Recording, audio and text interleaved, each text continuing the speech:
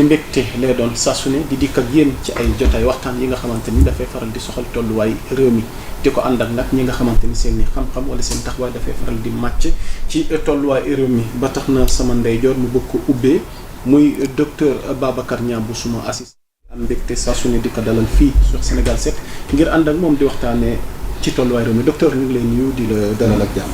yow Moussa maa ngi lay nuyu maa ngi nuyu say auditeurs di nuyu say chef di nuyu sunu techniciens yi di nuyu sama naataango bi monsieur Mbow en espérant ni ngay wax rek sa formule boobu. waaw nañu wax lu leer te am fu mu taxaw. waaw na koy waxee sax na looy wax de. waaw na leer te. waaw defe naa na wóor te. waaw na wóor te leer quoi. na wóor te leer. waaw donc nañu waxtaanee lu wóor te leer. incha allah yaakaar ñëpp am si njëriñ et puis alhamdulilah jërë ngeen def maa ngi remercier tout le monde. jërëjëf doyen Abdoulaye Mbow ñu ngi lay nuyu di amaat mbégte di sëkk ak yow jotaay waxtaan bi. jërëjëf Cheikh Moussa maa ngi lay nuyu di la fay baax di siyaara ñuy déglu ñëpp. maa ngi nuyu bu baax docteur Niang di ko nuyu bu baax a baax di ko siyaara di siyaara ñu ñuy bàyyi xel yëpp.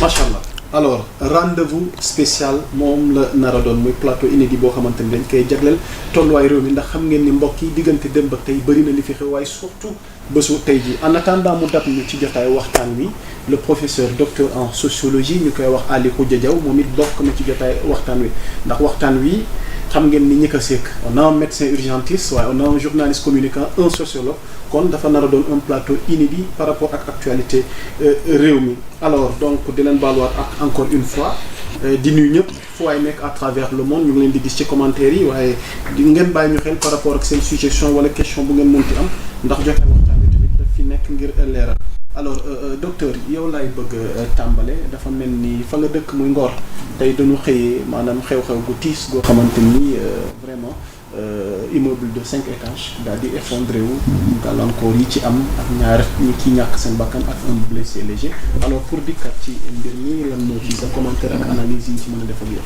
déjà ji ma am yërmande lu bari ñaanal ñi faatu. xam ne bon yëmal foofu sax yëpp sociologue bi xam nekkoon xam ne immeuble bu day noonu. 5 étages xam naa ëpp na 100 personnes fa dëkk. ñi fay liggéey ak loolu yëpp. bon am nañu suñu benn collègue médecin sax bu nekkoon à côté. bon maa ngi koy jéem a oo depuis suba de jotuma ko defe naa nekkul ci dëkk bi. mais bon defe naa boobu ci bâtiment bi daanu complètement mais xam naa war na am ay vibration quand même. ok yoo xam ne def naa par sécurité bâtiment beneen bi def naa kenn du ci dugg.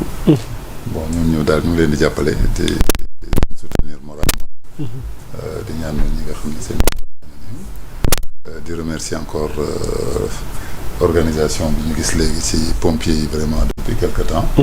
avec du matériel vraiment très performant. donc ce qui fait que ñun bon je sais pas malheureusement heureusement sax. def nañu suñu liggéey bon ñun tamit suñu xel dem na ci. jéem nañ leen contacter pour xam fan la ñu toll.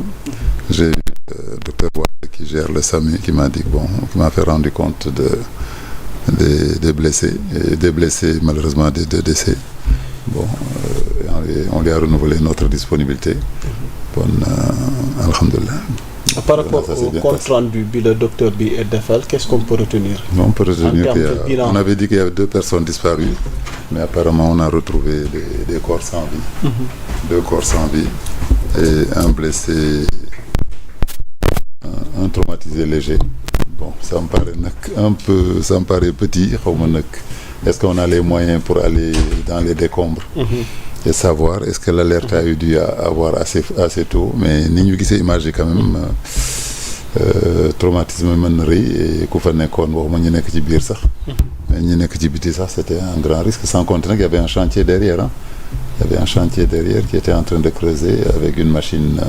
Un chantier derrière l'immeuble. Derrière l'immeuble qui est en train de creuser ses fondations. Alors, qu'est-ce qu'on peut retenir par rapport à ça? Comment un chantier à côté de si grand immeuble? Je ne suis pas un juge, mais quelle est la cause? Ndax amul lu mu impacté par rapport ak tey effondrement bâtiment bi docteur? Mais on voit l'immeuble, c'est translacé.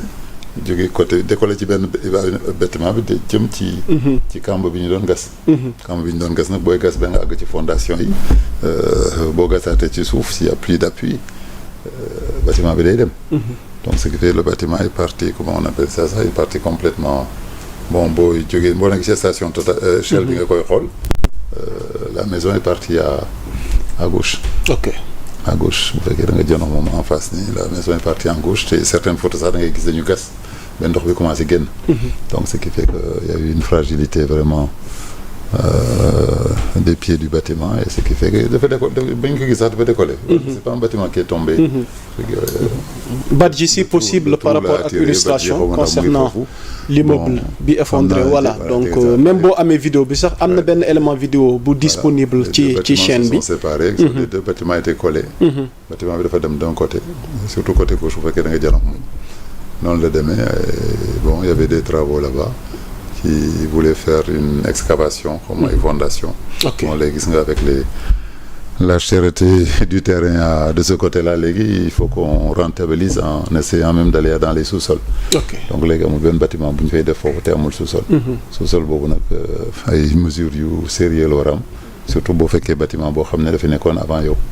Parce que day impacter facilement là-dessus et là il y a une catastrophe que je pense qui va être une mauvaise expérience de laquelle on doit tirer beaucoup de leçons pour éviter que ça se reproduise. Ok.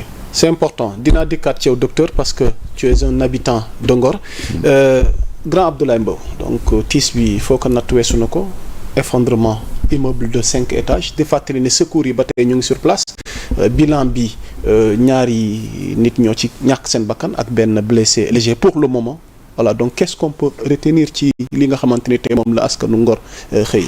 Bon mais d'abord c'est tragique. Que déjà nit ñàkk sa bakkanam rek c'est tragique mais sant yàlla ba nga xamee ni les autres personnes ont eu le temps véritablement d'évacuer. Loolu déjà sant la parce que tamit bu daan woon subitement alors que ñu fa dëkk wala ñu fay liggéey ñu nga fa bon on aurait pu vivre un drame bu gën a doy waar donc li si am solo mooy di docteur wax na ko la réactivité des sapeurs-pompiers. yoo xam ne man je milite toujours pour que ñu gën leen jox ay matériel parce que tamit ay jàmbaar ñoo fa nekk quand on a un slogan boo xam ne c'est sauver ou périr. Quand même il faut que ñu gën leen jox jumtukaay yu gën a mën a adapté wu par rapport ak li nga xam ne mooy xew. L'autre élément mooy li ma jaaxal mooy di feneen fooy dem da nga gis bâtiment bu taxaw à côté mu am terrain nga gis ñuy fondation te dara du am.